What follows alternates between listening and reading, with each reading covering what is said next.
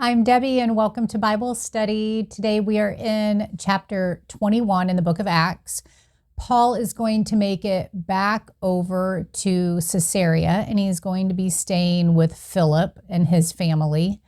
And as he's there, he is warned not to go to Jerusalem. But Paul still is going to go to Jerusalem, and once he gets there, he is going to be arrested. So if you're ready to Bible study with me, let's go.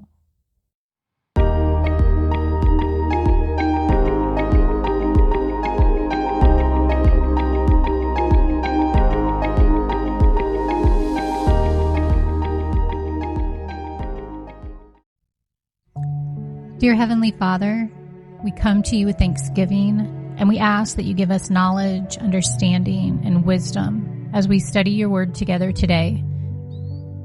Do your work in us in your perfect timing, and help us to be sensitive to your leading in our lives. Give us a fresh insight, and let us leave today's study with a new perspective.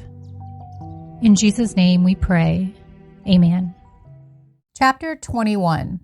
On to Jerusalem. After we had torn ourselves away from them, we put out to sea and sailed straight to Kos.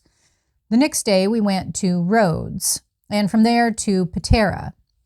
We found a ship crossing over to Phoenicia, went on aboard, and set sail. After sighting Cyprus and passing to the south of it, we sailed on to Syria. We landed at Tyre, where our ship was to unload its cargo. We sought out the disciples there and stayed with them 7 days.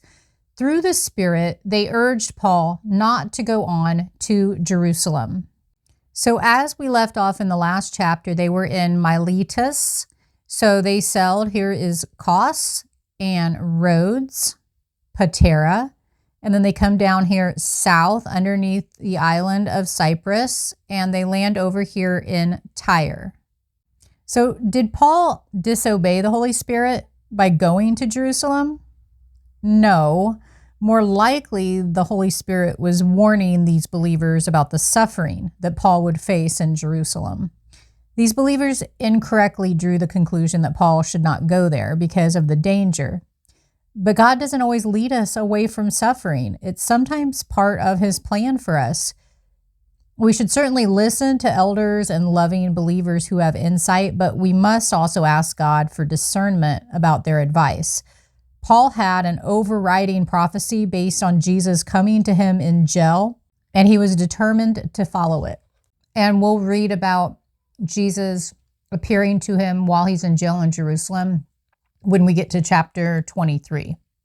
Verse 5, when it was time to leave, we left and continued on our way. All of them, including wives and children, accompanied us out of the city. And there on the beach, we knelt to pray. After saying goodbye to each other, we went aboard the ship, and they returned home. We continued our voyage from Tyre and landed at Ptolemais, where we greeted the brothers and sisters and stayed with them for a day. Leaving the next day, we reached Caesarea and stayed at the house of Philip, the evangelist, one of the 7. And Philip here, he's the same Philip that was mentioned in chapter 8, where he met the Ethiopian and baptized him on the road. So they had landed here in Tyre, and so now they have traveled to Ptolemais and then down to Caesarea, where they are staying with Philip. Verse 9, he had 4 unmarried daughters who prophesied. So like other spiritual gifts, the gift of prophecy was given to both men and women. Just as they do today, women in the early church actively participated in God's work. I will put up some scripture where it mentions lots of women who prophesied. There was Miriam, Deborah, Huldah, Noadiah, Isaiah's wife, and Anna. Verse 10, after we had been there a number of days, a prophet named Agabus came down from Judea. So 15 years earlier, back in chapter 11, we met Agabus. He had predicted the famine in Jerusalem. Verse 11, coming over to us, he took Paul's belt, tied his own hands and feet with it, and said, "The Holy Spirit says, in this way the Jewish leaders in Jerusalem will bind the owner of this belt," which is Paul, "and will hand him over to the Gentiles." When we heard this, we and the people there pleaded with Paul not to go up to Jerusalem. Then Paul answered, "Why are you weeping and breaking my heart? I am ready not only to be bound, but also to die in Jerusalem for the name of the Lord Jesus." When he would not be dissuaded, we gave up and said, "The Lord's will be done." Now Paul knew he would be imprisoned in Jerusalem. Although his friends pleaded with him to not go there, he knew that he had to go because God wanted him to. No one enjoys pain, but a faithful disciple wants above all else to please God. Our desire to please God should overrule our desire to avoid hardship and suffering. When we follow God's will, we must accept all that comes with it, even the pain. Then we can say, just like Paul and his companions, "The Lord's will be done." Verse 15. After this, we started on our way up to Jerusalem. Again, this is in elevation because it's actually south of Caesarea. Some of the disciples from Caesarea accompanied us and brought us to the home of Nason, where we were to stay. He was a man from Cyprus, that island that they had sailed south of, and one of the early disciples. When we arrived at Jerusalem, the brothers and sisters received us warmly. The next day, Paul and the rest of us went to see James, and all the elders were present. So this James is Jesus' brother, and by now he is the leader of the Jerusalem church. I'll put up some scripture where we can read more about James in Galatians. Verse 19, Paul greeted them and reported in detail what God had done among the Gentiles through his ministry. When they heard this, they praised God. Then they said to Paul, "You see, brother, how many thousands of Jews have believed, and all of them are zealous for the law. They have been informed that you teach all the Jews who live among the Gentiles to turn away from Moses, telling them not to circumcise their children or live according to our customs." Now, if you remember back in chapter 15, they went before the Jerusalem council, and they'd already settled the issue of the circumcision of the Gentile believers. But evidently, there's a rumor that's circulating that Paul has gone far beyond the council's decision and even forbidding Jews to circumcise their children. This, of course, wasn't true, so Paul willingly submitted to Jewish custom, which we'll read about here in a few minutes, to demonstrate that he was not working against the council's decision and that he still lived as a Jew. Sometimes we must go that second mile to avoid hindering God's work, as long as doing so doesn't violate God's word. Verse 22, "What shall we do? They will certainly hear that you have come, so do what we tell you. There are 4 men with us who have made a vow. Take these men, join in their purification rites, and pay their expenses so that they can have their heads shaved. Then everyone will know there is no truth in these reports about you, but that you yourself are living in obedience to the law. As for the Gentile believers, we have written to them our decision that they should abstain from food sacrificed to idols, from blood, from the meat of strangled animals, and from sexual immorality."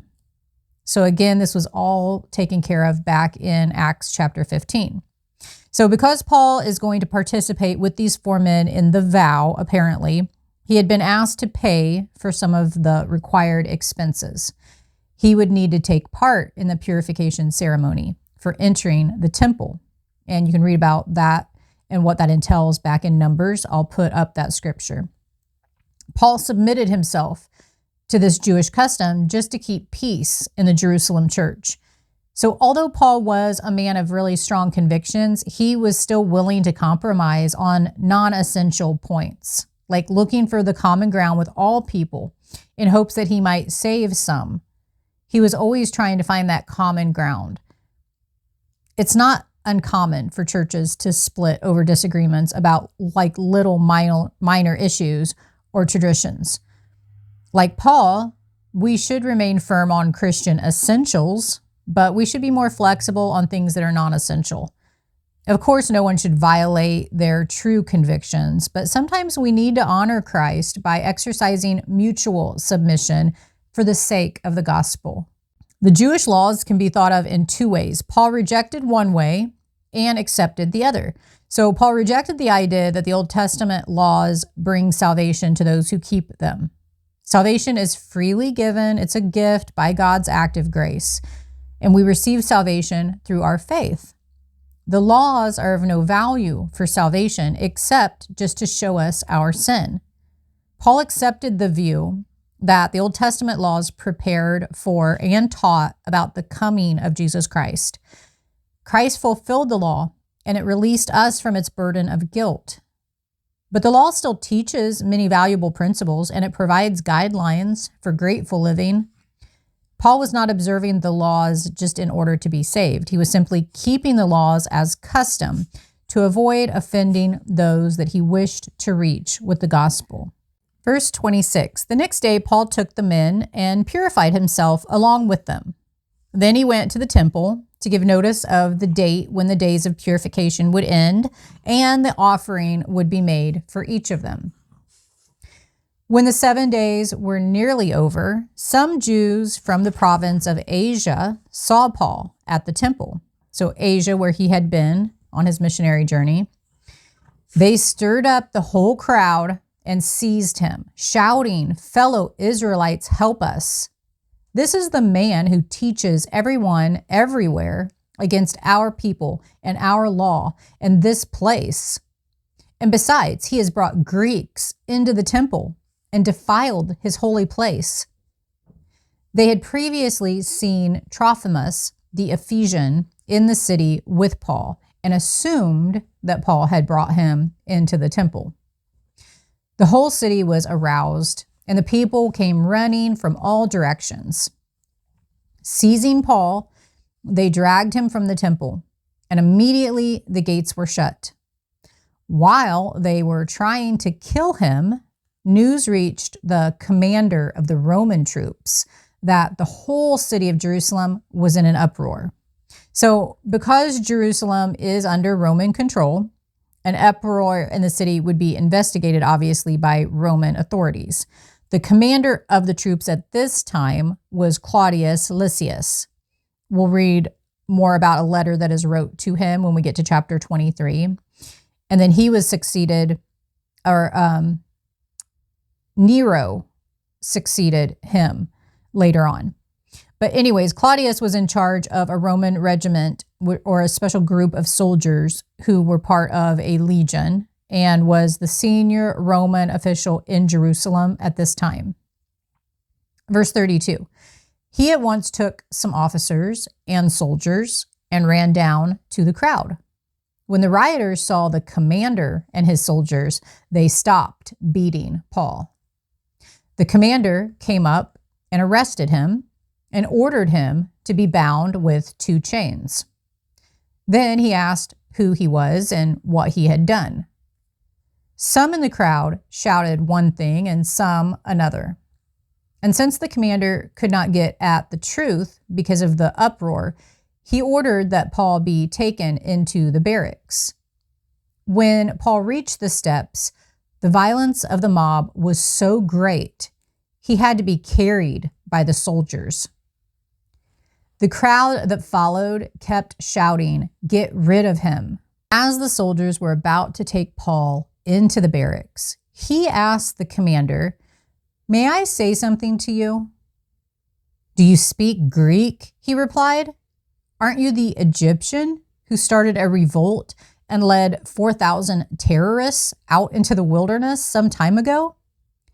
So here, by Paul speaking in Greek, he was showing that he was a cultured, educated man and not just a common rebel that was starting riots in the streets.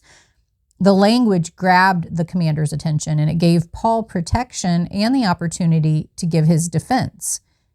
If God has blessed you with knowledge and education, use them for his glory. Paul thought quickly, and he assessed that speaking in Greek would possibly gain him the time that he needed to speak to all the people. God wants us to use the minds that he's already given us to think clearly and logically, to examine and assess situations, and to communicate well with others.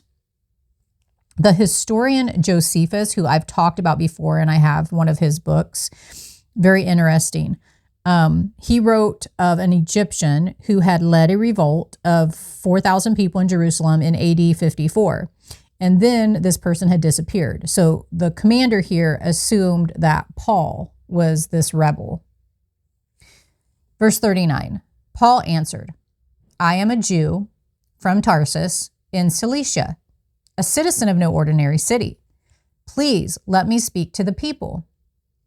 After receiving the commander's permission, Paul stood on the steps and motioned to the crowd. When they were all silent, he said to them in Aramaic, Brothers and fathers, listen now to my defense. So this starts here in verse 1 of chapter 22, but it's kind of hard to just stop right here. So he's speaking in Aramaic. So this is the common language among the Jews here. And he uses Aramaic now, not only to communicate in the language of the people that are listening, but also to show that he was a devout Jew and he had respect for the Jewish laws and customs.